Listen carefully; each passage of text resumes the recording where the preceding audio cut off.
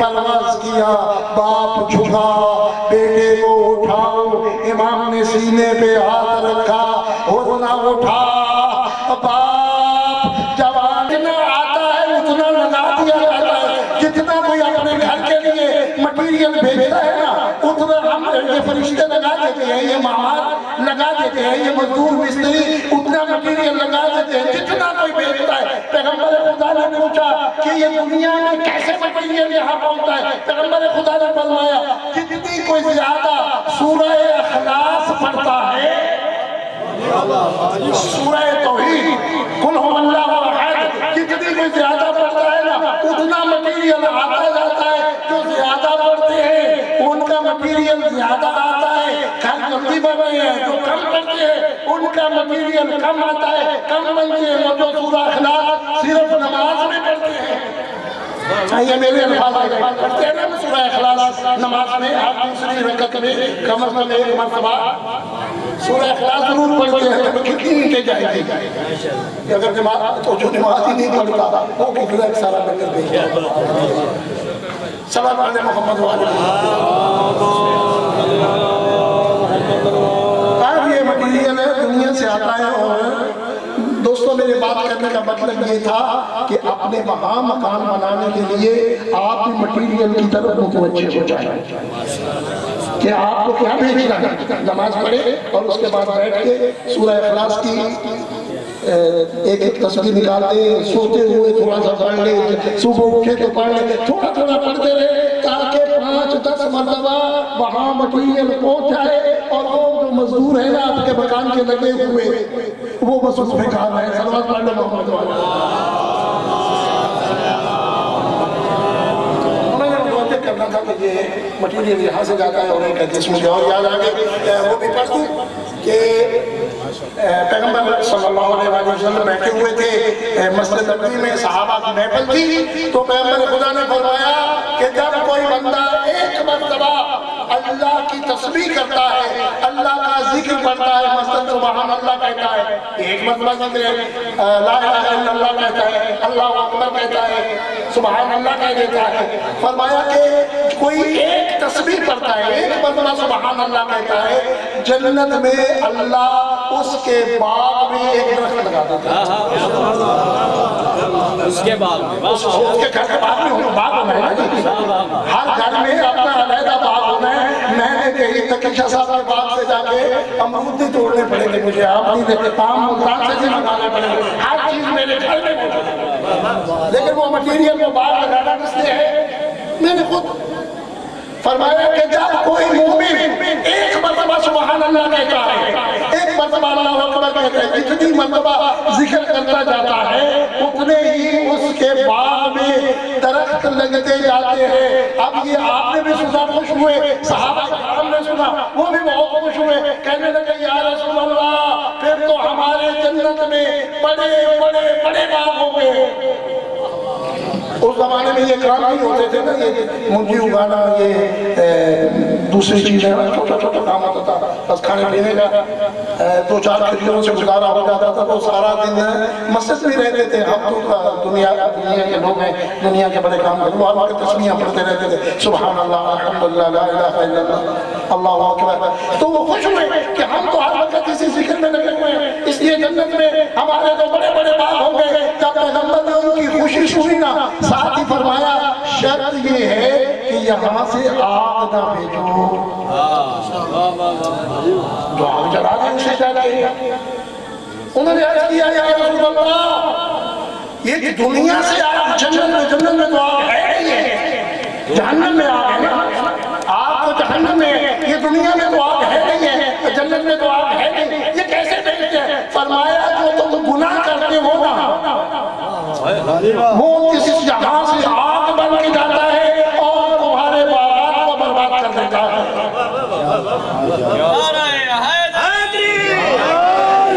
اس کا مطلب یہ ہے کہ نیکی کر کے ہم نیکی کو برباد بھی یہیں سے کر سکتے ہیں۔ نیکی کی بات لگ گیا لیکن تو کوشش کریں، میں نے آج کی مجلس میں متوجہ کر دیا، یہی پیغام تھا کہ جنت میں اپنے گھر بھی بنائے، باغ بھی بنائے، لگائے اور بٹی۔ ابن سعد کو امام حسین علیہ السلام نے فرمایا کہ رائے سے بہت بڑی جاگیر دوں گا۔ اس نے کہا سفا ادھار ہی ہے، ادھار ہی ہے بھئی، یہ موتے دے رہے رائے کی جاگیر ابھی ہے مجھے، اور حسین کہہ رہے ہیں کہ میں جنت میں تمہیں اس سے بڑی جاگیر دوں گا۔ ادھار ہے، ادھار پہ کون یقین کرتا ہے؟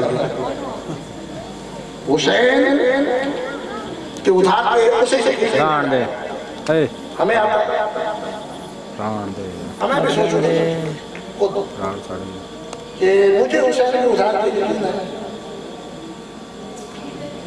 کہ میں حسین کو راضی کرنے کے لیے یہاں آیا ہوں، اور جاتے ہوئے میری نیت بدل جائے کہ میں حسین کو تو میں نے خوش کر دیا، اب مومن کو مجھے بھی خوش کرنا چاہیے تھا۔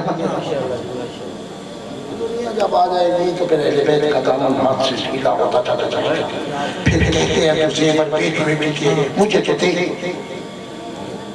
ہمارے علاقے میں سیالکوٹ میں نا کچھ لوگوں نے زمین کے بیچ کے محرم کروائے، کیوں؟ یہ مولوی ذاکر نہیں مانا، کیوں نوبت آئی ہے کہ میں دنیا دار ہو گیا کہ مومن کو اپنے گھر کی ذکر حسین کروانے کے لیے گھر کی چیزیں بیچنا پڑی۔ اس کا مطلب یہ کہ میں دنیا دار ہو گیا۔ تو بہرحال ابن سعد نے کہا کہ مولا میرا گھر برباد کر دیا جائے گا، تو جاگیر کی بات کرتے ہیں۔ میرے مولا نے فرمایا اس سے بڑا گھر دوں گا۔ جب حسین آپ سے وعدہ کرے وہ چھوڑو دنیا کو، میرے ساتھ آ جاؤ، میں جنت میں بہت بڑا گھر دوں گا، تو مجھے سیالکوٹ کینٹ میں بہت بڑا محل بنانے کی کیا ضرورت ہے؟ میں کینٹ کے ساتھ ہی رہتا ہوں، کیونکہ وہاں میں امیر لوگ ہیں وہ کینٹ میں بڑے بڑے محل بنا رہے ہیں۔ اللہ کے یا حسین کے کیے ہوئے وعدے کے اوپر یقین نہیں ہے۔ یہ تو ہم کہتے ہیں کہ جنت حسین جی، لیکن یہ مجھے پتا ہے میرے لیے نہیں ہے شاید، اگر میرے لیے ہوتی تو میرا ہر کام حسین کے لیے ہوتا۔ آپ اپنا چل کے آئے ہیں نا، تو یہ نیت کر کے آئے کہ میں صرف حسین کی مجلس سے آیا ہوں، یہ نیت نہ کرے میں فلاں ذاکر کے لیے آیا ہوں۔ اگر یہ نیت کر کے آئے نا کہ میں فلاں ذاکر بڑے اچھے قصیدے پڑھتا ہے، بڑے اچھے بند پڑھتا ہے، بڑا اچھا مسائل پڑھتا ہے، گھٹا گھٹا مسائل پڑھتا رہتا ہے، یہ تنقید نہیں ہے معذرت کے ساتھ، پھر آپ کی نیت حسین کو راضی کرنا نہیں تھا، اپنے نفس کو راضی کرنا تھا۔ تو میرا نفس تو خوش ہو گیا، حسین راضی ہوئے یا نہیں ہوئے مجھے نہیں پتا، کیونکہ میری نیت بدل گئی تھی نا۔ ہمیں جب وضو کا طریقہ سکھاتے ہیں تو کہتے ہیں وضو یا غسل کا کہ جو آپ نے پہلے نیت کی تھی نا کہ میں وضو کر رہا ہوں، آخری وقت تک مسے پیر کے، الٹے پیر کے مسے تک اس کے اوپر قائم رہے کہ میں وضو ہی کر رہا ہوں۔ ایسا نہ ہو کوئی تو اس سے پوچھے کیا کر رہے ہو، تو کہہ دے کہ میں منہ دھو رہا ہوں، ہاتھ دھو رہا ہوں، ہاتھ منہ دھو رہا ہوں، بس کیا کرا وضو، نیت کے بدلنا۔ اسی طرح نماز میں کھڑا ہے بڑا نمازی، اور نماز کے سجدے میں تھوڑا سا یہ سوچا کہ تھوڑا سجدے کو لمبا کر دوں، یہ دیکھنے والا لمبا کہے گا بڑا بڑا نمازی ہے، بڑے لمبے لمبے سجدے کرتا ہے، یہی نماز۔ اب خدا کی دی گئی ہے، اب کس کی ہو گئی؟ اس مومن کی، اور قیامت کے دن اللہ بھی یہی کہے گا کہ جب اس سے اجر لے جس کے لیے نمازیں پڑھتا رہا ہے۔ اللہ کہے گا کہ تو میری تو نماز پڑھتا ہی نہیں تھا، تو اس مومن کو دیکھ کے جناب تیری نماز لمبی ہو جاتی تھی، تنہائی میں چھوٹی چھوٹی نماز پڑھتا تھا، محفل میں لمبی لمبی نمازیں پڑھتا تھا، پھر اسی سے اجر لے۔ تو جب اللہ کہہ رہا ہے اسی سے اجر لے، تو اللہ کا نمائندہ حسین نہیں کہے گا کہ جس نیت سے تو آیا تھا اسی جگہ اجر لے۔ یا مخلص خلوص کے ساتھ پہلے میں جیسے تھوڑی سی مشکل ہے۔ آج کیا کہ کربلا کے کتنے کردار تھے؟ ایک شمر تھا، شمر کا کردار، ابن زیاد کا کردار، ابن سعد کا کردار، یہ کربلا میں سارے کردار تھے، ایسے ہی ادھر حسین کا کردار، علی اکبر کا کردار، عباس کا کردار، حبیب ابن مظاہر کا کردار، ہور کا کردار، ادھر بھی کردار کردار اس وقت بھی وہ سارے موجود ہیں۔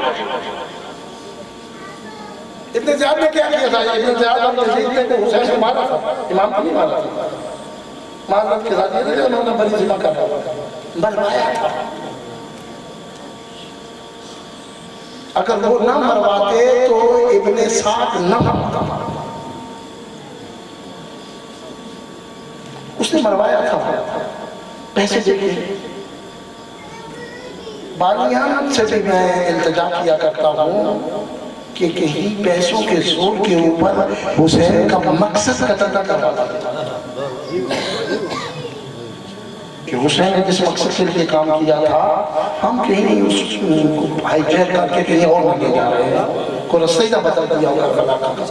اگر کربلا کا رستہ نہ بدلا ہوتا نا ہم سے تو اتنے مجلس سننے آیا نا اتنے مسجد میں بھی ہوں، انتہائی بات ہے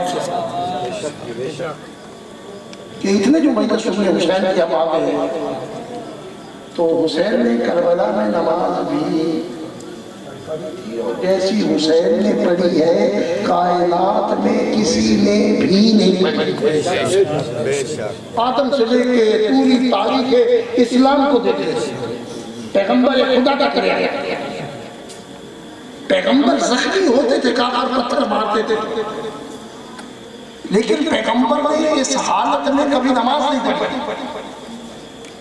کہ دریا کا کنارہ بھی ہو اور وضو کی اجازت بھی نہ ہو، ایسی پیغمبر نے کبھی نماز نہیں پڑھی۔ علی علیہ السلام نے ایسی نماز نہیں پڑھی۔ جب زخمی ہوئے تھے تو حسن کو آگے کرتا تھا، حسین کے پاس آئی کوئی نہ جس کو آگے کرتا تھا۔ صرف میں توجہ کرنا ہے کہ ایسی حالت میں حسین نے نماز پڑھی ہے، کسی کے اوپر ایسی حالت ہے آئی نہیں ہے، نماز کا ذکر سن کے ڈر نہ جایا کرو، یہ حسینی مشن تھا۔ اگر حسین کربلا میں نماز نہ بھی پڑھتے نا اس نماز کا کسی نے نہیں پوچھا۔ اصل کی نماز اس حالت میں حسین نے پڑھی ہے، ایک سجدے کی حالت میں، اگر نہ بھی پڑھتے کوئی پوچھنا تھا، نماز کا وقت بہت بڑا تھا، 2 گھنٹے بعد میں سورج جو ہے وہ غروب ہونا تھا، لیکن حسین نے کیوں نماز پڑھی؟ کیا پیغام دیا حسین نے؟ حسین نے مجھے اور آپ کو پیغام دیا ہے کہ میں اتنی مشکل میں نماز پڑھ کے جا رہا ہوں، تم بہانے نہ بنانا کہ میں نے تو سجی زنی کی ہوئی تھی، میں تو ماتم کا تھکا ہوا تھا۔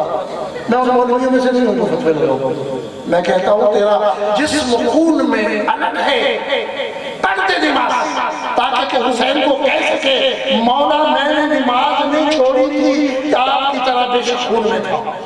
کھانا بنایا کر کے میں نے زندگی کی ہوئی تھی، کسی ماتمی کا خون مجھ پہ پڑ گیا تھا اس لیے میں نماز نہیں پڑھ سکا۔ نہیں پڑھے، آپ حسین کو راضی کر گئے تو کائنات راضی ہو جائے۔ ابن سعد ایک دوسری طرف ہو رہے کردار، ایک کردار آنا ہے، دوسری طرف ہو رہے جب کربلا میں آیا تھا دوست تھا یا دشمن تھا؟ دشمن کی فوج کا سالار تھا، دشمن کی فوج کا سالار تھا، 1000 بہادروں کے اوپر وہ جنرل تھا، جیسے جنرل ہوتے ہیں لیفٹیننٹ جنرل ہے، یہ بڑا میجر جنرل ہے، وہ بھی اس طرح کا ایک جنرل تھا۔ لیکن مرتضی کی معرفت تھی کسی کونے میں چھپی ہوئی، وہ کسی شاعر نے لکھا تھا کہ میں ہوں، میرا حسین ابھی کربلا نہیں پہنچا، میں ہوں اور لشکر یزید میں ہوں۔ ہوں تو انتظار ہے کہ حسین کربلا پہنچے، ہمیں کس کا انتظار ہے اور بننے کے لیے؟ حسین کربلا پہنچ چکے۔ تو آیا تھا مولا کے پاس، نماز مولا کے ساتھ پڑھی تھی، جب پہلی مرتبہ ملاقات ہوئی تھی نا، امام نے پانی پلایا تھا، یہ حسین کا کردار ہے۔ یزید کا کردار یہ تھا کہ اس نے حسین کے بغیر نماز نہیں پڑھی، اس کا مطلب ہے اسے بھی معرفت تھی۔ امام صلی اللہ علیہ وسلم کے پاس بیٹھا ہوا تھا اور امام علیہ السلام باتوں باتوں میں نماز کا وقت ہو گیا، مؤذن نے اذان کہنا چاہیے تو میرے امام نے فرمایا تو نماز ہمارے ساتھ پڑھے گا یا اپنے ساتھیوں کے ساتھ؟ مجھ سے بھی ہم پوچھے کہ اسی یہ پیغام دینے لگا ہوں۔ امام نے دشمن سے کہا، اس وقت اور دشمن سے کہا کہ تو نماز اپنے ساتھیوں کے ساتھ پڑھے گا یا ہمارے ساتھ؟ اگر وہ اپنے ساتھیوں کے ساتھ پڑھتا تو جماعت کرواتا، 1000 آدمی کا وہ امام ہوتا، لیکن ادھر فضل زہرا اس کے منہ سے فوراً نکلا، میرے مولا اے فضل زہرا، اے فضل رسول، تجھ سے ہٹ کے جو نماز پڑھوں وہ نماز کیسی؟ میں آپ کے ساتھ نماز پڑھوں گا۔ نماز پڑھی کہ اس کی اپنی ایک تھی ضرورت تھی، امام علیہ السلام کے گھوڑے کے جھپو میں ہاتھ ڈالا تو امام نے اسے سکلت کا امت بدعا دی، تیری ماں تیرے ماتم میں بیٹھے، یہ تھی وہ بات تھی۔ ہمیں کوئی سجد کچھ کہے گا تو جواب نکالی دے دیتے ہیں معذرت کے ساتھ۔ آج کل سب کے منہ کھلے ہوئے ہیں، فلاں حرامی ہو گیا اور فلاں یہ ہو گیا۔ کسے کہہ رہے ہو؟ زہرا کی بیٹی کو کہہ رہے ہو کہ تیرا بیٹا حرامی ہے؟ جب کسی سید کو ایسا تو کیا کہا ہم نے؟ جناب زہرا کی بیٹی کو ایسا کہا، کیا زہرا قیامت کے دن ہماری شفاعت کر دے گی؟ نہ کرو ایسا کہ تھوڑی تھوڑی مخالفت کی وجہ سے حلالی حرامی نہ بناؤ۔ امام نے فرمایا سکلت کا امت تھا لشکر یزید میں، لیکن کہنے لگا تیری ماں زہرا نہ ہوتی تو میں بھی یہی جملہ کہتا ہوں، آج بھی زہرا کا احترام اگر کرنا ہے تو زہرا کی بیٹیوں کا احترام کرنا چاہیے، زہرا کی بیٹیوں کا احترام کرنا۔ امام علیہ السلام چل پڑا صاحب کہ میں اپنی تیسرا رستہ اختیار کرے، نہ کوفے جاتا ہو نہ مدینے۔ امام علیہ السلام رستے پہ چلے، یہ ساتھ ساتھ چلتا رہا، یہاں پہنچا 10ویں محرم کا دن تھا اور رات کو نہیں آیا، بہادر آدمی تھا، امام کے پاس دن کو آیا تو وہاں ٹھہرا، خط لکھا ابن زیاد کو، ابن زیاد نے لشکر بھیجنے شروع کر دیے، کئی ہزاروں میں لشکر اکٹھے ہوئے، کئی لوگ لاکھوں بھی کہتے ہیں، لیکن اتنے کم دنوں میں اتنے لاکھ لوگ اکٹھے نہیں ہو سکتے۔ 30,000 اکثر علماء کہتے ہیں کہ 30,000 کا لشکر تھا، لیکن وہ بھی آپ دیکھ لیں جب 30,000 لشکر صفے باندھ آتا ہے، 4 کلومیٹر تک صفے بنی تھی، انہوں نے وہاں پر لشکر کو گھیرا ہوا تھا۔ ہو رہے پریشان، کسی کو گھیر لایا ہوا، ایک دوست نے کہا ہو تو نے اپنے گھوڑے کو پانی پلایا ہے؟ اس طرح کامتے ہوئے ہو کو دیکھ کے کسی نے کہا تھا، مجھے اگر اس سے پہلے کوئی پوچھتا نا کہ کوفے کا سب سے بہادر آدمی کون ہے تو میں تیرا نام لیتا، اتنا بہادر تھا۔ لیکن یہ عادت جو تیری کپی والی عادت ہے تو یہ بہادروں بھی نہیں ہوتی۔ اور نے ایک مرتبہ خیمے سیدہ زینب کی طرف اشارہ کیا اور اس سے پوچھا یہ کون ہے جن کے خیموں سے اللہ تش کی آوازیں آ رہی ہیں؟ اس نے کہا یہ رسول کی اولاد ہے، پیغمبر خدا کی اولاد ہے۔ اس نے کہا میں یہاں لانے کا موجب بنا ہوں، میں نہ لاتا تو آج یہ یہاں نہ ہوتے۔ البتہ میں جنت اور جہنم کے درمیان میں کھڑا ہوں اور ہر کو یہ قبول نہیں ہے کہ وہ جہنم میں چلا جائے، یہ ہو کہ مجھے یہ قبول نہیں ہے کہ میں جہنم چلا جاؤں، اور وہاں سے گھوڑے کو اینڑ لگائی اور امام کی خدمت میں آ گیا۔ اور پھر تھوڑے سے سوال و جواب کے بعد معذرت اس نے کی تو مولا نے بالکل یہ نہیں کروایا باور کہ تو میرا پانی بند تو نے کیا، مجھے یہاں تک لایا، نہ یہ کریم کا نمائندہ کریم تھا۔ آپ یہ سمجھ لیں کہ کبھی نہ سوچیں کہ پہلی زندگی میں نے کیسے گزاری ہے، بس یہ سوچیں کہ میں کس کے دروازے پہ کھڑا ہوں۔ اگر حور جیسے کو معاف کیا جا سکتا ہے، مجھے کیوں نہیں معاف کیا جا سکتا؟ حسین کو کریم ابن کریم سمجھ کے، زہرا کا بیٹا سمجھ کے اس کی مجلس میں جب آئے، پچھلے گناہوں کی معافی کریں۔ انشاءاللہ اللہ گناہ معاف کر دے گا حسین کے وسیلے کے واسطے سے۔ تو بہرحال آج کا نظر کہ اس محفل میں آنے کا مقصد کیا ہے کہ ہماری تربیت ہو، ہمارے بچوں کی تربیت ہو، کچھ سن کے جائیں، ہم کچھ علم حاصل کر کے جائیں، ہم تھوڑا سا دین کی طرف متوجہ ہو کے دیکھیں۔ پیغمبر خدا کی ایک حدیث بیان کروں گا، انشاءاللہ ذاکر آ جائیں گے، اور اس بیان کرنے میں آپ کو لطف بھی آئے گا کہ پیغمبر خدا نے فرمایا کہ رأیت علم الناس کلہم فی اربع، میں نے کائنات کا سارا علم 4 چیزوں میں دیکھا ہے۔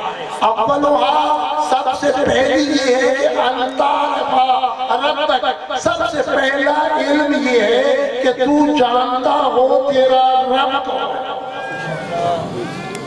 یہ آسان نہیں ہے رب کو پہچاننا، ورنہ اگر رب پہچاننا اتنا آسان ہوتا نا تو ہم قبر میں کندھے ہلا ہلا کے نہ کہتے کہ اذا اتاک الملکان مقربان رسولین من اللہ تبارک و تعالی۔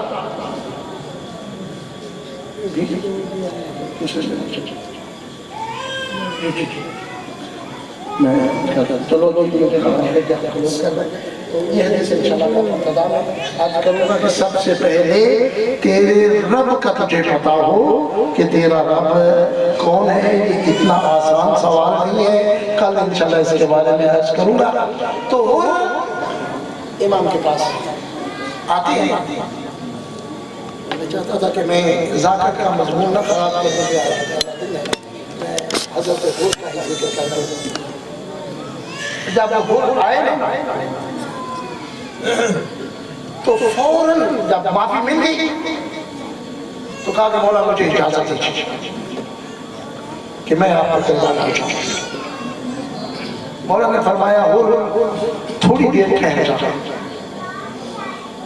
جب تو حسین کو پریشان دیکھا نا حور نے تو حور نے کہا مولا آپ پریشان کیوں ہیں؟ فرمایا حور جب تو دشمن بن کے آیا تھا نا تو ہم نے تجھے پانی پلایا تھا، آج جب تو دوست بن کے آیا ہے نا تو زہرا کے بیٹے کے خیموں میں پانی دینے گئے، جس سے کم از کم تیری تواضع کی جاتی، تجھے پانی پلایا جاتا۔ کہ مولا مجھے اجازت دیجیے، بیٹھنا نہیں چاہتا، حسین ٹھہرانا چاہتے ہیں، وہ بیٹھنا نہیں چاہتا۔